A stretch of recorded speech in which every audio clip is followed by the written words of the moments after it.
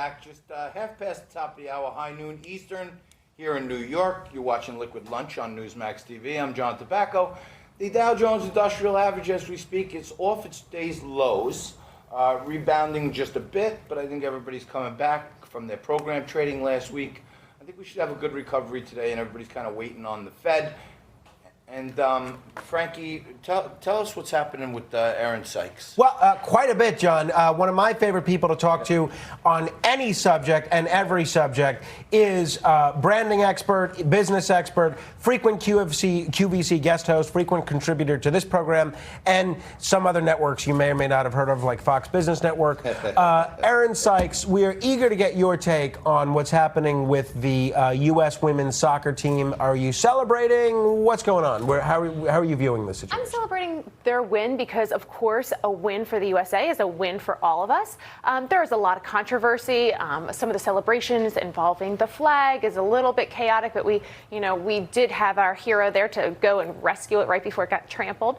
However, I would have liked to see a little bit more, patriotism throughout the entirety of the tournament. And it's a lesson for all of us in that when you're a public figure, your opinion does matter because it is clearly public. You're being interviewed. So it's important for every sports person, business person, et cetera, to be respectful of our country. Yeah, what I would like to do, Frank, as our managing editor, is find out who the player was that ran in there and grabbed the flag off the ground and maybe get her on the show, because obviously she understands the value of the flag, like Scott Lebedo and Andy Nago. Like, these are people that still believe in simple things, like the flag is something to be proud of, not trampled on.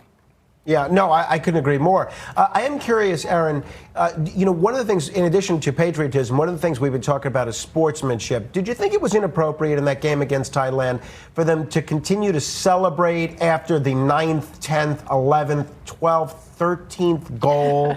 At some point, should they have cut down a little bit on that celebration? I think that the celebration itself was a bit excessive. However, I don't think it's necessary to ever play down your game, especially the way that the World Cup rules are. Whoever has, if it goes to a tiebreaker, it's whoever has the most cumulative number of goals that wins the tournament. So I don't think that they should have stopped playing or put in the second string or anything like that. But I do think that there was a little bit of over-celebration towards the end of that game. Well, some people who are doing a fair amount of celebration are the shareholders at Apple. Now, they're all pumped up. They've got some new products that they're supposedly going to be releasing. However, some folks are saying that the stock price is not necessarily going to be reacting well to this. What is Apple doing? What's your analysis of the whole situation? Well, I'm going to take myself as a case study here. So the amount of times that we as Americans are replacing our phones has waned. We used to always be in line waiting for that next X or S or XS or whatever generation to come out.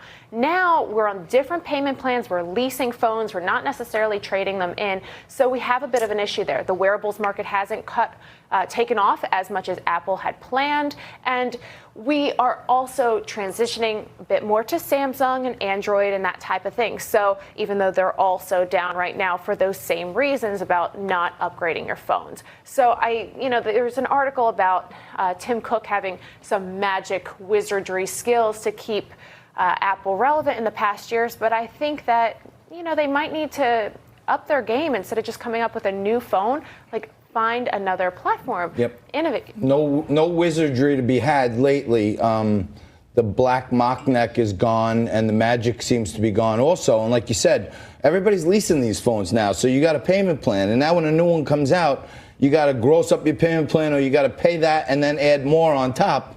And people just aren't doing it. And the phones are so much better now that you got an X, it's good until they come out with the 2X. Until they disrupt everybody's service, which is also unfortunate. Now, I think a lot of people don't even know that they're on a payment plan.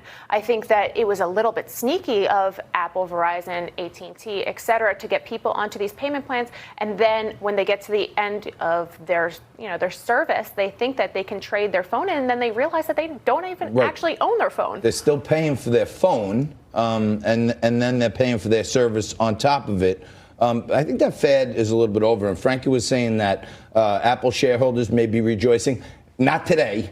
Apple down $5 on the day. And the market, as I tell you many times in my little 101s, the market is a forward-looking vehicle. And the one thing the market hates most is uncertainty. So when they're looking forward and they're saying, wait a minute, how come people aren't changing in their phones and buying all these new wearable devices, they start to get nervous about all these projections. And actually one analyst out there, Rosenblatt Securities, came out today with a sell, from neutral to sell. So be wary of Apple at these prices. And you're a guest host on QVC, you're a branding specialist, marketing. There's a story out about WeWork and how, everybody's talking about how they're going public, and that was the cool new millennial craze, WeWorks and all this. What is WeWork for those of us that aren't? WeWork is like a micro shared space where you can get a desk or a small office or a little smaller or a little bigger office with a conference space. But sneaky thing they just did. They go out and they borrow $4 million in debt.